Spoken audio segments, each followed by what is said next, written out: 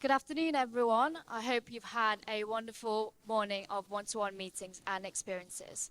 I'm Pamela, Marketing Executive for Connections, and I'm delighted to welcome you all to our Connect Talks, the changing perception of adventure travel. Before we get underway, we want to understand what you think or believe adventure travel is. So on the screens behind me and to your left, you will see a QR code. Please take a moment to scan this, share your insights, and tell us what words come to mind when you think of adventure travel.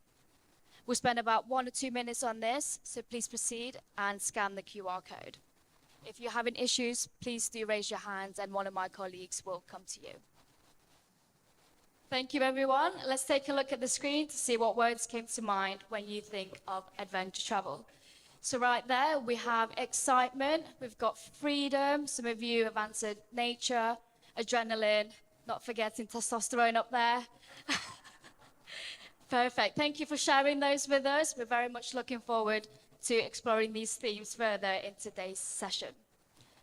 Now, I'm delighted to welcome you all, Raj Tamang of Responsible Adventures, who along with sharing some of his own experiences in the field, will help us challenge the traditional definition of adventure travel. For those that haven't met Raj yet, Responsible Adventures have created an outside-of-the-box luxury and adventure DMC that focuses on the creativity of products, customer service, and sustainable travel. So let's get right to it. I'm thrilled to announce Raj to the stage, who will be joining Sam on the panel today. Come on up, Raj. Thank you, Pamela, and thanks, Raj, for joining us. Now, you will notice there is an extra chair with us today, and you're probably wondering, why are we going to be joined by an extra guest? Well, the answer is yes, one of you will be joining us up here. You're all here as experts in creating and servicing adventure travel journeys. Now, don't worry, prior to today, I did have the pleasure of speaking with a few of you who have volunteered kindly to be our guest panelists. So during the session, we will be discussing 5 key topics, and I'll be inviting our volunteers to join Raj and myself to give their valuable insights. So to start, I'm going to have the pleasure of inviting Philip Nurick to join us. Philip, come on up.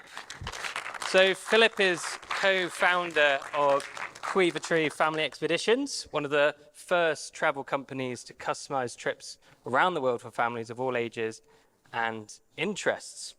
Now, on the screen, in a second, you'll see our first topic, which is, do you believe adventure travel is shifting away from being only about extreme trips? Now, I'm going to come to the wonderful Raj first. Adventure we're seeing is for all ages. It's no longer about extreme risk-taking, but actually encompasses so much more than that. So I would like to ask you, first of all, what's your take on how adventure travel is shifting and the types of clients that are booking trips with you and in this category? All right, thank you for the question. We've handled from a 1-year-old child. Of course, he did not trek, but we had an improvised wicker basket made into a chair, and he was carried along with the family. And when the family rested, he was let down to come and go and play with his siblings. And we've also handled a multi-generational family trip where the oldest person was 84 years old, and the other members were in the 70s as well. And, you know, they came from Australia. They live in the sea levels, so they're not used to high altitude. But as long as you do it in a safe environment with experts who can guide them safely, it's all possible. And another form of adventure could be a grandmother and granddaughter traveling to a remote part and learning to fly kites from the rooftop, you know, in a remote destination. Adventure is very vast. Or nursing a hangover on a cruise ship is also called adventure, right? Absolutely. And Philip, you've catered for many types of groups when it comes to adventure travel. Have you seen a shift with the clients you've been dealing with and how you've sold that to them? So we have, and I just got to say it's very unfair having Raj start and then me go second, because he actually said a lot of what I was supposed to say. But we created our company about 15 years ago from scratch, and it was designed to create very highly customized trips for anyone, mainly families, and we've dealt with all ages. We've done a multi-generational trip for 24 people last summer to celebrate a 90th birthday, which included a baby, and then 22 other people of all ages. So when we started the company, we discovered over time that adventure really to us is a subjective term. It's what adventure is to you. It's what adventure is to the person. So for example, we've been privileged to go to many places all over the world. I still feel that one of the greatest adventures of my life was crossing the streets in Hanoi. And if you haven't done it, you should. It is as adrenaline-filled as anything else. Maybe tasting cuy, guinea pig, on the streets in Peru. Negotiating over a tablecloth in a market in South America or Africa. We feel very, very strongly that adventure is an extremely subjective term. I think so. Most of my clients come from the US, and I guess it's pretty well known that many people in the US don't travel outside of the country that much. And those that do, many of them go on a trip maybe once or twice in their lifetimes, or while they have kids at home. And I feel the sensation of arriving in a place, hearing a foreign language, changing money that they've been used to forever, eating foreign food, language, learning how to make pastéis in an old, bakery in Lisbon. There's so much that I think can be classified as adventure. I'm sure Raj has too. We've gone to many shows all over the world, different umbrellas. Everything we've done this morning, no matter what it was, those were adventures. So to me, it's a very, very broad concept. And our company has grown up with that. Yeah, absolutely. And Raj, I suppose even with Nepal, on the outside you think extreme, you think mountaineering, but that's not that all Nepal is about, and actually going out of that comfort zone is, and you've worked with a lot of clients around that. Do you want to share a bit more? Yeah, I mean, as Philip mentioned, we can cater to adventurers of different levels, and it's a wide variety of things that you can do. We can offer like going on a classic vintage motorbike tour, that's an adventure, or going on a helicopter flight, extreme high altitude helicopter flight to see 9 of the 14 mountains that are above 8,000 meters over 2 days. That's an adventure, one of a kind that you can't do anywhere else in the world.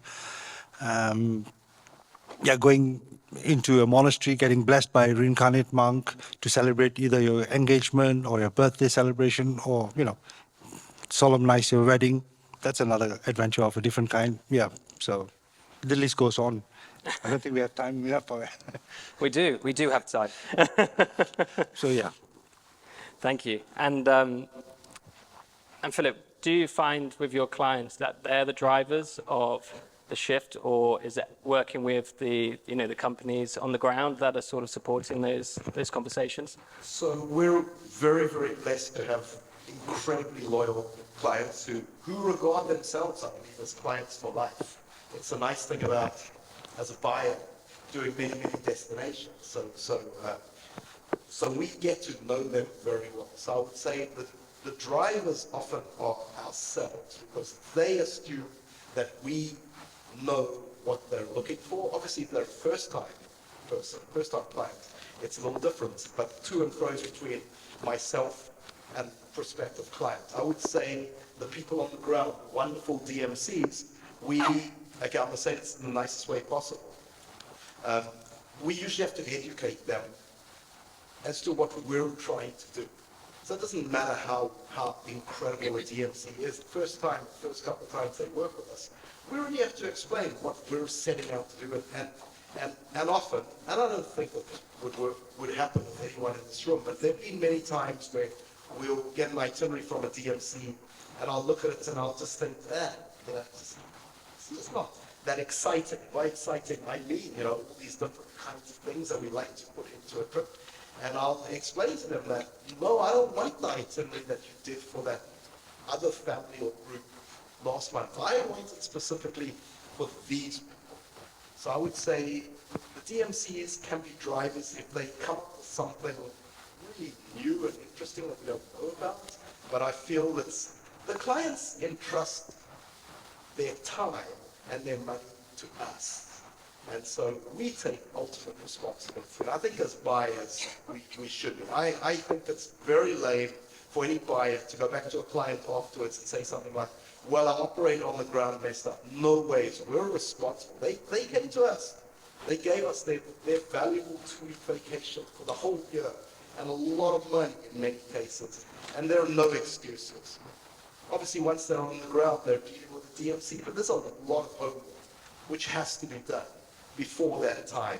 And I just think it's probably the worst thing a buyer could say to a client afterwards that, well, they told me it was a good idea. No ways. We're supposed to know everything about these people. I often say to people when they come to us, they say 2 things. They say, can you send me a model itinerary? Or we say, no, I don't have a model itinerary because I don't know who you are. I say that we feel we're experts in what we do, but you're the expert in your family. I don't know your kids. I don't know your in-laws or whatever it is. Tell me about everyone. Tell me what they love to do. Tell me their passions, their interests, and most important for a trip, tell me what they're not interested in. And we'll make sure that we pay very careful attention to all of that. I suppose, Raj, you find that yourselves as a DMC, that sort of educational piece to the agencies as well is so important about, these are the sort of clientele they have and how, you can cater for those ages. Do you find that part of your work is a lot of education with agencies too? Yeah, one of the good things about being a good tour operator is learning how to listen and understand what they want rather than what you have conditioned onto you. You've got to be flexible and think on your feet. Absolutely. Yeah, flexibility is key when it comes to adventure. You never know what type of clients you're going to have coming onto your trips. But thank you. That is just about right on time for the first short topic of today. I want to give a big thanks to Philip again for the valuable insights. Thank you, sir. Now, our next topic, I would like to invite Kathie Callum up to the stage to join myself and Raj for our second topic. Now, Kathie is the sales director of Oku Japan, which is an adventure tour operator in DMC in Japan. So an interesting for the contrast with Nepal and Japan culture, which is very much a Japan evangelist as well. So for this topic, we want to look at how or why can wellness be an important factor in adventure trips. And Raj, I know a core part of your business is your signature wellness culinary tracking, but you do a lot more than that as well in wellness, and we don't normally associate wellness and adventure together. So why do you believe wellness is an important factor within adventure travel? All right, thank you for that question. First and foremost, it's always been around wellness, part with adventure. It's just that getting aware how it's involved with us. Because when you go exercising, hiking, that's part of wellness. You sweat, that's a natural way of detoxifying yourself. And when you're in a different environment and your mind goes away from your daily woes, be it from your relationship, your work, your business, that's wellness. Detoxifying your body, mind, and soul. And especially when you come to a developing country like Nepal, where you see a lot of poor children running around with the runny noses, falling down the terraces, getting up, laughing and running around, soon makes you realize that just because you could not get the latest McLaren this year, you were upset for nothing, because true happiness comes from within, not from materialistic things from the outside. If that's not wellness, I don't know what is. Absolutely. And Kathie, we see that a lot within the Japanese culture, particularly. And we talked when we spoke before about escapism from professional life. How do you see the wellness, particularly within your company, and the importance that you're pushing forward? I'd say it's probably a core element to a lot of what we do. So we do a lot of hiking and adventure, and a lot of that are spiritual pilgrimage routes in Japan, or there's a lot of time spent outdoor in nature, and the whole concept, you may be familiar with the concept of forest bathing, but that's something that has its origins in Japan, and that getting out into nature that is often associated with adventure has that sort of healing element to it. Just that exposure to getting away from the daily stimulus of stimulus of life, being on the side of a mountain or on a trail where you maybe are not getting a phone signal, but you have cypress trees that are reaching above you to the heavens. It provides you with a whole different atmosphere. I'm very lucky working in Japan because wellness is something that we can incorporate in so many different ways, whether it's zazen meditation and, actively incorporating mindfulness into a tour. But any sort of outdoor adventure can have that mindfulness aspect to it. It need not be spiritual or religious. It can be just that time in nature with oneself, thinking about one's life and experiences. We often have, we've had a variety of different groups contact us, people that are actively seeking healing journeys, coming to combine adventure with a healing process.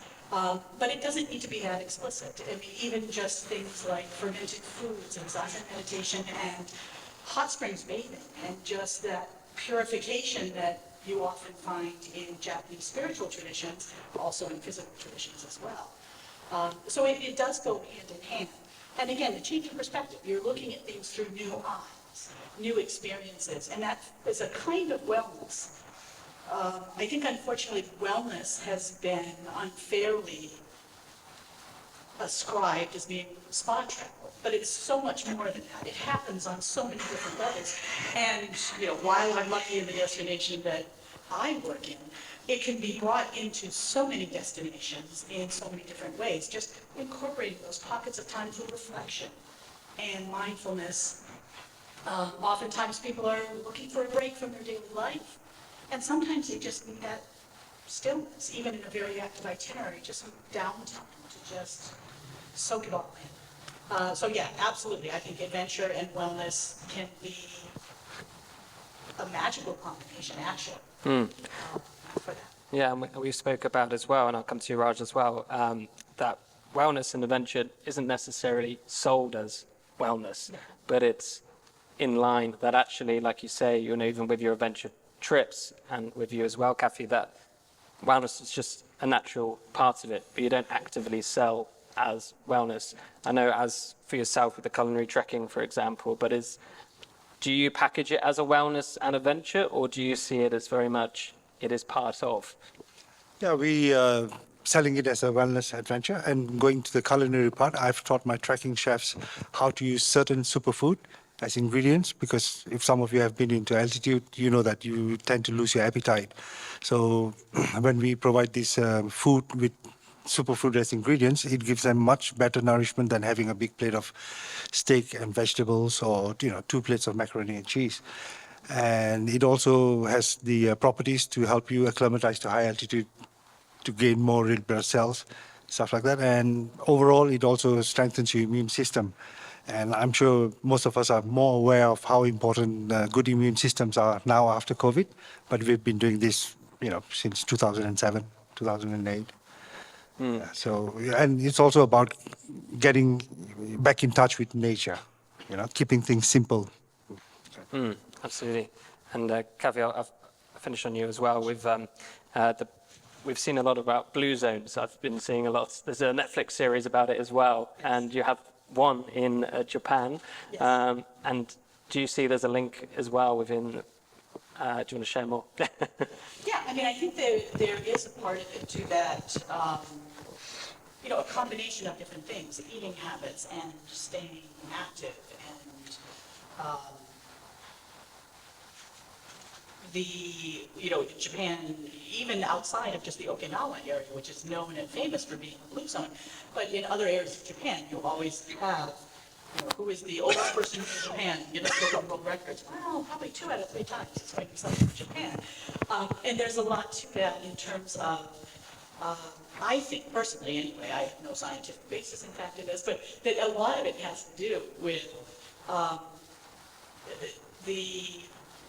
the way life is pursued in Japan, that when you get out of the cities, in a more traditional life, I should say, that, you have that combination of being in touch with nature and fermented food products and superfoods like sea grapes, seaweed and foods that are known superfoods that, it does contribute to the health, the well-being, and longevity of people. But it is that combination of bringing those quiet moments into life. And there's a lot of those quiet moments in Japan. And I think that's part of it as well. Great, thank you very much. I think we can all agree that it's definitely a way to escape from your professional lives, your busy lifestyle, and have that moment, inner mindfulness, which is so important as well. Well, thank you very much, Kathie, for your time. And that will be moving on to the next topic, where I'll be now inviting Natalie to join us for the third. So Natalie is the owner of Travel Abundance in Austin, Texas, and she and her team design elevated experiences for luxury clients for Black Book of vetted suppliers. She's met several of them through connections, she says. So thank you for joining us. Raj, I'll come through to you first, but this topic is looking at how can companies continue excitement to explore or discover new places. So Raj, as children, many of us would have grown up with stories of great explorers, fighting in extreme situations, but we very much live in a world which has now been very explored, photographed, documented. What do you think is left to discover? Thank you for bringing up that subject. What most people know about Nepal is actually 10% of where tourists go to. There's a whole part of the country, though it's small, about the size of Austria and Switzerland put together. There's more than 90% of it that's undiscovered. There are some fabulous places where foreigners have not been seen by the locals. And I've discovered personally a couple of places where you go and the panorama is 320 kilometers wide. And that's only the second widest panorama I know of. There's another place where it's 480 kilometers wide. And a lot of these places have a significant part of history, like where the last royal family came from, or where one of the major Gorkha recruiting places are there. It's all about storytelling and letting the customers know and educating them what's there, rather than doing what's a cookie cutter thing that everyone does. Thank you. And Natalie, obviously you have a lot of clients that you work with very closely. What do you think companies can be doing more to showcase and what have you learned from your clients as well about what they're looking to explore across new places? So with adventure travel and with actually all travel, I think you as an advisor, you have to plant seeds of curiosity. And with a lot of my clients, they have kind of come to expect that I'm going to be exploring the world, like I am a brand new destination this week, Madeira, and coming back and sharing that information. I do think that traditional adventure locations are typically looked at by the extremists, but you also have many, many families or multi-generational clients that still want an adventure capacity or component to their trip. We are designing a trip for 11 to Japan right now, and we have a baby and we have a 65-year-old. So planting that seed of curiosity gives the client the ability to trust you as an advisor, as someone knowledgeable of a new destination that maybe you have explored, or through your partnerships, your trusted DMCs that you have vetted, to have a new and unexpected experience. That's what I hang my hat on with my company, is I literally, no one can take this from me, ungoogleable experiences. There's something they can't find on the internet. And that's what I ask my DMC partners to bring to the table. And I think that planting of that curiosity seed gets individuals and families and clients much more comfortable about trusting to go to a new place. Yeah, absolutely. And I think as well, sometimes it may be a similar experience, but the destination changes that completely. Would you agree? Well, Madeira is a great example. So I did limited research, and I do that sometimes when I'm personally going. So I have one extra day here, and I've already decided I'm going to go do the canal hikes. I want to see the tunnels. I want to explore as much as I can. If I could go to the Porto Santo, I would love to do that. And that type of just, not spontaneous, but learning a new destination is very exciting. So I think that that's something I encourage my clients that I'll be blogging and posting about the destination, which is not necessarily known by most of my clients. Been to Portugal as the mainland, but not yet to Madeira. Yeah, and Raj, from your side as well, you mentioned only 10% of Nepal has really been explored. How do you go about sort of educating travel advisors? How do you work closely with them, with the customers about what more there is, why it's so important to explore more than the traditional thoughts when it comes to Nepal? Yeah, it's about raising curiosity with the travel advisors and attending events like this that, you get to meet people and then share your ideas of what's out there and what can be done. And educational. Yes, yes. Definitely. Educational has to be part of the experience. Yeah. Yeah, and well, the more travel advisors you meet, The better more the chances are. It's a numbers game. Yeah. Great, thank you. Lovely. We're coming to the end, but Natalie, I know you wanted to share some more on. Well, I just wanted to share this concept of transformational travel. So a lot of our clients are looking for an experience, right? And some of them want a life-changing experience. So I believe through adventure travel and through immersions of cultures that they're not already aware of, we have the opportunity as their advisors to give them these experiences. And I think it's a whole nother level that we can take our businesses by offering these transformational experiences. They don't have to have a God theme. It can have just, oh my gosh, I was immersed with these beautiful children and they made me cry. Or I was in northern Canada and I met the locals and they taught me, beautiful culture. So this transformational travel concept of like going to a place and having your life changed, I think is a beautiful opportunity as us as advisors to gift our clients with that. Thank you very much. Okay, thank you. Well, we are now going to move on to our fourth topic. So thank you, Natalie. I'd now like to invite Cora up to the stage. I believe there you are at the back. So Cora has a degree in Portuguese decorative arts, a master's in museology. Very interesting. So since August, she has been the Director of Tourism Qualification Services at Madeira Promotion Board and coordinator of Madeira's Sustainability Management Structure. Thank you for joining.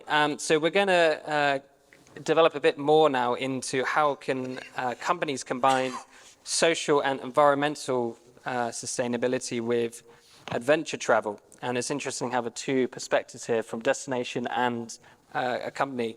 Now, Raj, with responsible travel in mind, there's been well-publicized, we're going to get into some hardcore stuff now, publicized backlash against irresponsible adventure travel in places such as Mount Everest, citing environmental damage as well as potential harm to local communities. But what advice would you give from your experience how you've successfully combined social environmental sustainability within adventure travel?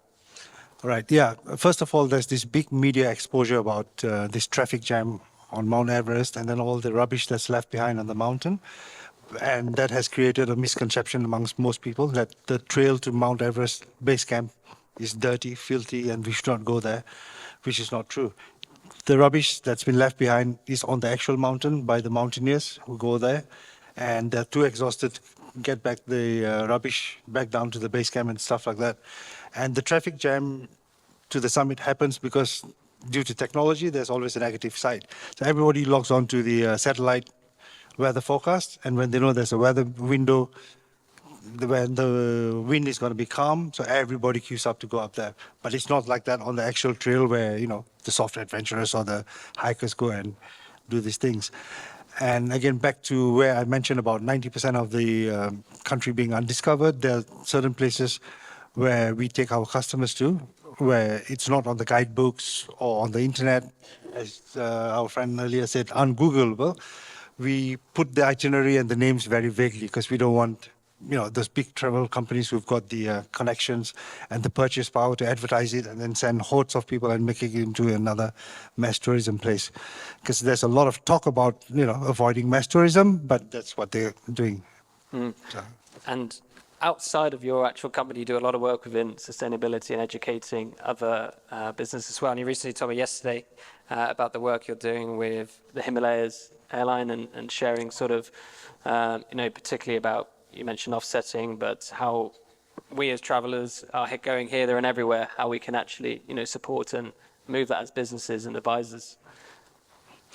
Yeah, so I was in Singapore a couple of months ago, and I met an old school friend of mine, and she works for a multinational company, and they have colleagues who are traveling a lot. And I said, since you work for a multinational company, have you thought about talking about offsetting all the travel that your colleagues do? And she was like, no, I'm not aware of this.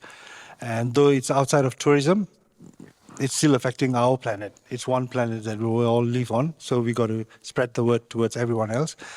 And as you mentioned, Himalaya Jet is a new startup airline that's going to come based in London. And I was talking with them last Saturday, and I have suggested that they try and be different from every other airline by, stop using one-time use plastic, and also talking about offsetting the flights if they can. Of course, it has to be financially viable, but I've put their thoughts in their head. Thank you. And Cora, come to you now. As a tourist board, you're very much pushing sustainability within Madeira, and you've launched the Madeira Sustainable for All. Where are you seeing as a destination you can really, support not only, suppliers, the businesses, but also that educational piece as well? Could you share a bit more about the project and where you see yourselves in 8 years? Hi, Sam. Great. Thank you for having us. The destinations are Madeira, the autonomous region of Madeira and Port Santo were just certified as a sustainable tourist destination this year in February by EarthCheck. So we started this process in 2021, and we culminated with an independent audit by EarthCheck in the territory for 7 days in Madeira, accomplishing the certification, achieving our silver medal. Afterwards, we did launch the Sustainable for All, so that's our website and actually the social media. But all the projects, so this certification for us is above all the recognition and the validation that all of the work that the territory, that the islands have been doing for decades in the preservation of our environment and our cultural identity. So for us, it was a really important achievement. As you were saying, yes, we were just doing our baby steps. So we got our achievement this year in February, and we designed an 8-year plan. So an 8-year action plan with all the groups working together. So we're talking about more or less 80 people involved in this process of the certification of the islands. And we're talking of public entities, private entities, ONGs, so quite a few people working together, ambitioning all the best regarding sustainability, actually in the 4 pillars. So we're speaking about environmental, cultural, economical, and social sustainability. So there's a lot to do. Sustainability is a journey. We have just begun, and we're working all together to do all our best for these 2 islands. As you were saying, educational, and as Raj was speaking about, is a key factor in this process. So our aim and our work is to focus on educating people who visit us, but especially who live here, because we believe if the islands is good for who's visiting us, it's even better for who lives with us. So that's our key element, educating our communities, our local communities. Absolutely, and it's definitely about validation too. I think that's a really important part. Is everyone here can say they're doing amazing work, but how are you validating that? How are you proving? Are you, working towards science-based targets? Are you making, an impactful difference? And I think, like yourselves in Madeira and working with your suppliers as well, everyone going up to the same system, and it's bringing the destination and the suppliers together. Yeah. Well, thank you very much. Both very interesting. Sorry, did you have a... No. Well, thank you very much, both. I will now say thank you, Cora, and invite our next and final panelist to join us. So thank you very much, Cora. I'm now inviting the wonderful Tifanny to join us for our final topic. So Tifanny is the founder and CEO of Layne Private Luxury, having experienced more than 70 countries across 6 continents. Very busy. Tiffany's wealth of travel knowledge fuels her ability to guide others in crafting their own legacy of memories through the curation of unforgettable travel moments. And now we wanted to spend this time, both Tifanny and Raj do a lot of work within this subject and of DE&I and incorporate it within their own work, but also supporting other companies. Firstly, Raj, I will come to you, which you do a lot of work with LGBTQ plus communities in Southeast Asia. Can you just tell us a little bit more about the work you're doing and the positive impact you're seeing? All right, thank you. Yes, I'm trying to help with the empowerment of all communities that are marginalized in my part of the world. Sadly, women are still marginalized in the part of where I come from, and I'm trying to empower them by supporting some of the non-profits that support women in different ways. And about the LGBTQ community, they are very unattended to. So one of the few ways I'm helping out these communities, I'm an advisor for a hotel management school in Kathmandu. And when they wanted me to be the advisor, I said, I have several things that I want you to look into, and then I will join as your advisor if you are willing to put this into the clauses. And the thing I wanted to do is, because they are giving scholarship to 77 districts, 2 students from each of the 77 districts in Nepal, I said to them, why don't we look into the LGBTQ community as well? But because we are allies, we do not know what hardships they go through. We have to tread very, very carefully, because giving them scholarships is a good thing, but we don't want to out them or expose them and then, getting ostracized by the community and family. And yeah, the hotel management school has been kind enough to make quota for 10 students for a full scholarship to do the Bachelor in Hotel Management School. And I'm also looking to train trans men into being my trekking chefs. So that's some of the things that I'm doing. And again, I'm going to suggest with the Himalaya Jet guys to be DEI and involve, people from all races, sexual orientation and everything. Mm. And also within your tours as well is supporting very much, marginalized communities, which is a big important factor of your trips. Do you want to share a little bit more about that too? Yeah, one of the things that we do when we have opportunity for the customers to book optional paragliding trips, we promote paragliding trips flown by women pilots. There are only about 10 women pilots in Nepal, so we give them top priority.